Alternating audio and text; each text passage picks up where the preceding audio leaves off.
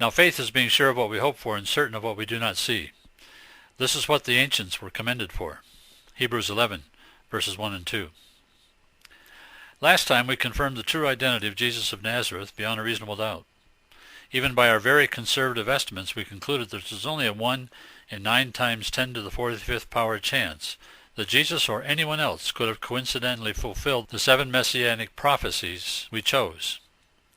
And remember, he fulfilled over 300 others we didn't even consider. 1 chance in 9 with 45 zeros after it exceeds the limit of statistical probability by a wide margin. So there's really no reason to doubt that Jesus is just who he claims to be, Israel's Messiah, and the church's Savior and Redeemer. We should also remember that although we only looked at messianic prophecies, there are lots of other things that God has promised and then performed on as well. And he has a perfect track record in all these other things too. So then, since God has always fulfilled prophecy with 100% accuracy, isn't it logical to assume that he always will? After all, Hebrews 13:8 says he's the same, yesterday, today, and forever. Let's review a few of the 500 prophecies concerning our times and see. We'll take some that have been fulfilled to prove that he's still doing this, and then some that haven't to get a feel for what's coming. The rebirth of Israel. Beginning with Moses, several Old Testament prophets wrote that Israel would be uprooted from their land for disobedience. It's happened twice.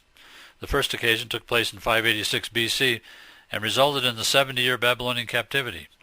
The second one followed the Lord's crucifixion, and is the one about which Isaiah wrote in 750 BC. He also had Amos promise that after the second regathering, they would never be dispersed again. But let's look at the Isaiah prophecy. It's in chapter 11, verses 11 and 12.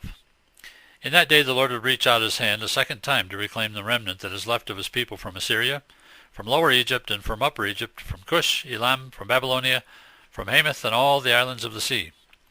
He'll raise a banner for the nations and gather the exiles to Israel. He'll assemble the scattered people of Judah from the 4 quarters of the earth.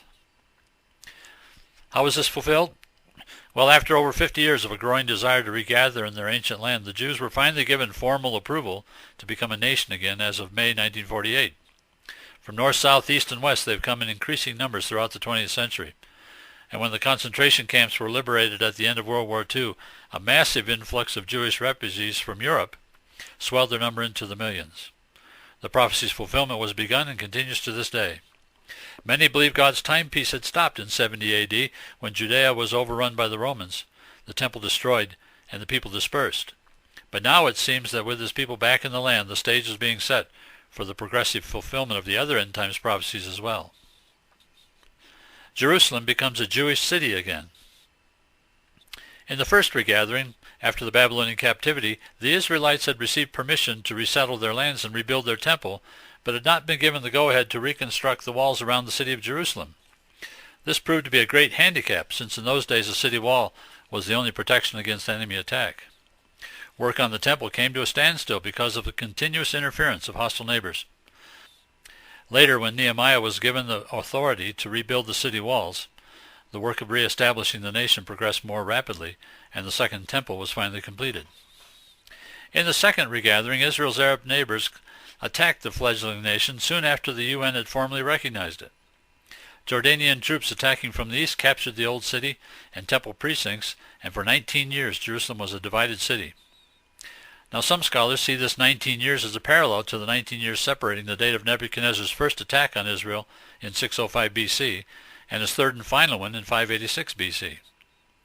The result of the first siege is sometimes referred to as the servitude of the nation, since Jewish sovereignty effectively ended then. And the third is called the desolation of Jerusalem, because that's when the city was burned to the ground and ceased to exist. Prophecies from Ezekiel 4, verses 4 through 6 can be used to tie 605 BC to 1948 and 586 BC to 1967. Takes a lot of math, but it works. Well, here's the prophecy from Luke 21, verses 20 through 24. When you see Jerusalem being surrounded by armies, you'll know that its desolation is near. Then let those who are in Judea flee to the mountains, and let those in the city get out, and let those in the country not enter the city, for this is the time of punishment and fulfillment of all that's been written.